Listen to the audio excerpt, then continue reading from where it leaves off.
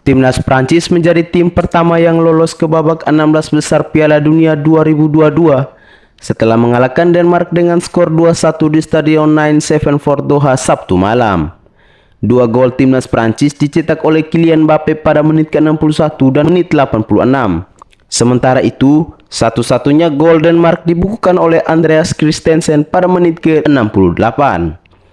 Berkat kemenangan ini, Prancis yang berstatus juara bertahan dipastikan menjadi tim pertama yang mengunci tiket lolos ke babak 16 besar Piala Dunia 2022. Prancis memimpin klasemen grup D Piala Dunia 2022 dengan 6 poin hasil dari 2 kemenangan.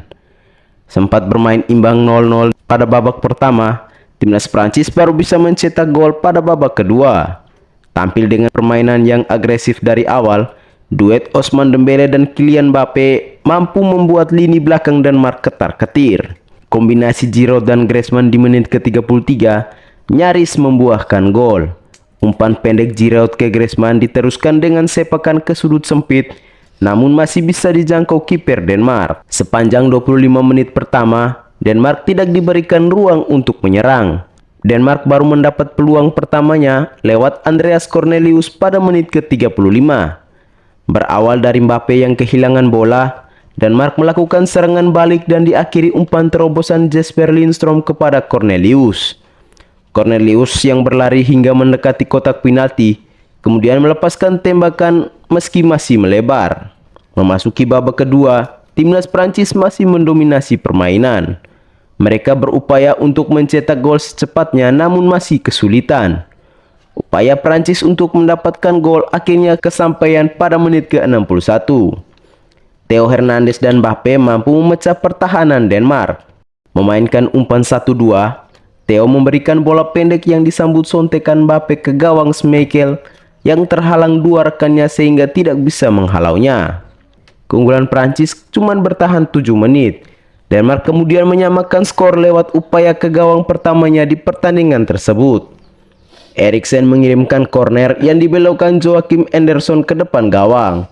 Kemudian dengan mudah ditanduk oleh Andreas Christensen. Skor 1-1 membuat pertandingan semakin memanas.